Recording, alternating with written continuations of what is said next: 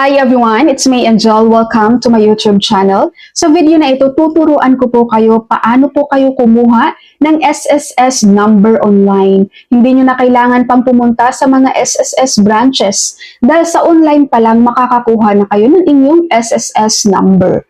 Kahit po mobile phone lang ang gamit nyo, kayang-kaya nyo pong gawin yan. Okay, number 1, punta ka lang sa Google at i-search mo ang SSS. At makikita mo yung website nila, i-click mo yan. And then, i-click mo po itong apply for an SSS number online. I-click mo itong get an SS number. And then, mapupunta kayo dito, meron ditong step-by-step guide, 1 to 6. Basahin nyo po muna ito guys ha. Hindi ko na isa-isahing basahin dahil matatagalan tayo. Basta basahin nyo muna itong 1 to 6. Tapos, i-click natin itong start. And then dito sa registrant record verification, i-click nyo lang tong complete name, tapos input your last name, first name, middle name, suffix, pag meron, date of birth. Make sure po yung sa date of birth nyo tama ang pag-input nyo kay SSS, okay? Sundin nyo po itong dapat mauuna ang month, tapos date, tapos year. I-double check nyo po yan, yung iba kasi dito nagkakamali. And then email address, kailangan yung maglagay ng email address dahil magsisend dito ng link sa SSS. Pag okay na, i-click nyo itong box ng I'm not a robot. Click box ng I certify that above information are true and correct. And then click submit. And then an email with the link will be sent to your indicated email address. Click the link to continue. So, mag-open ka ng email address mo, may ma-receive ka dong email from SSS. Yung ganitong link, i-click mo po ang link na to. Sa email mo, i-click mo. Pag na-click mo na yung link, mapupunta ka dito guys, meron ka ng transaction number. And andito yung iyong mga basic information. Lahat ng kailangan mong i-input dito, like sa iyong mother's name, yan, i-input mo dyan. Make sure tama yung mga details na ilalagay nyo. And then dito mag-select ka na ng purpose of registration mo. For employment ba? For self-employed? OFW, non-working spouse, claimant, or survivor, pensioner, or guardian. Okay? So magpili ka lang ng isa dyan and then i-click mo tong save. And then mapupunta ka na dito sa social status. Update mo yung marital status mo, nationality, religion, other religion. And then sa place of birth, ayan, ang province kung meron, and then city or municipality. Pag na-input mo na lahat ng details dito, i-click mo lang tong next. So dito, i-provide mo na ang information sa iyong mga beneficiaries with SSS. Okay, lahat naman guys, marunong naman kayong magbasa. Basahin nyo na lang ano yung mga hiningi dito, like father's name, mother's name, your spouse, children, ayan. So, input nyo lang yung mga details na nandito. And again, make sure the details are correct. Pag okay na po, i-click nyo tong next. So dito, mag-provide ka na po ng iyong user ID, height, and weight. Itong sa user ID guys, tandaan nyo to kung anong nilalagay nyo ha. Dahil ito na po yung gagamitin nyo kapag gagawa na kayo ng inyong SSS online account. And then, i-click nyo na ang next. So dito, kailangan nyo pong i-review lahat ng mga in-input nyo, lahat ng mga in-encode nyo na details kung tama, bago nyo po i-click ang generate SS number. Okay, basahin nyo po, guys ha, ang dami ditong magkamali ng spelling. Okay, so meron ditong review, make sure yung pangalan nyo, i-double check nyo yan kung tama ba yung spelling na nilagay nyo dyan sa SSS.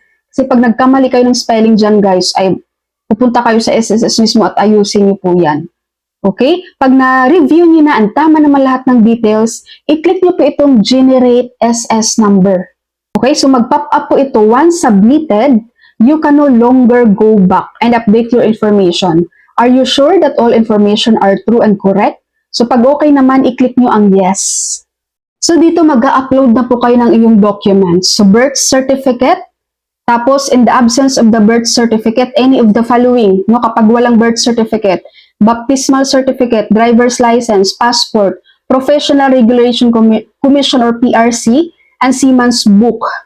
No? Sa letter C, in the absence of the above ID cards and or documents, any of the two of the following, both with the correct name and at least one with date of birth. Ayan, so GSIS, members, record or certificate of membership, ATM card, Okay? Pag meron naman guys, mag-upload lang kayo dito ng inyong birth certificate. Pag na-upload nyo na yung birth certificate, i-click nyo tong submit. Pero kapag wala kang kahit anong documents dyan guys, na i-upload, okay lang. I-click mo pa rin ang submit. Lalabas lang yung ganito. Do you want to proceed without submitting the documentary requirements?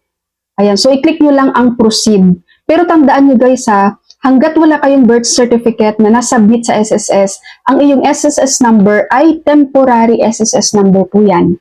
Hanggang sa mag-submit kayo ng inyong birth certificate kay SSS at mismong sa SSS branch nyo yun, i-submit para maging permanent na po ang inyong SSS number.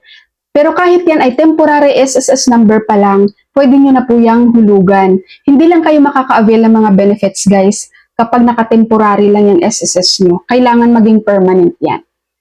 Okay, so make sure, mas maganda sana dito pa lang sa online application, masubmit nyo ng iyong birth certificate para hindi nyo na kailangan pang pumunta ng SSS.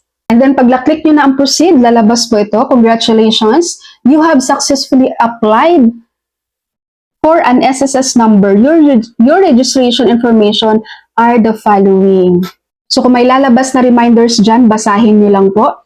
And then dito, may questions dito guys. Do you accept the terms and condition of the voluntary pension booster? So pwede nyo i-click yung yes, pwede yung maybe later. And then dito, andito na ang iyong SSS number. Ayan. SSS number mo na yan. Tapos makikita nyo itong blue guys, itong apat na blue na to, naka-highlight.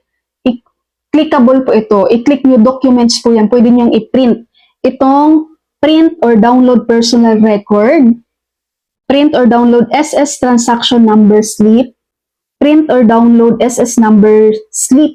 And then the last one guys, i-check yung email nyo. Mag-i-email din dun sa SSS. Andun yung SSS number mo. Ayan.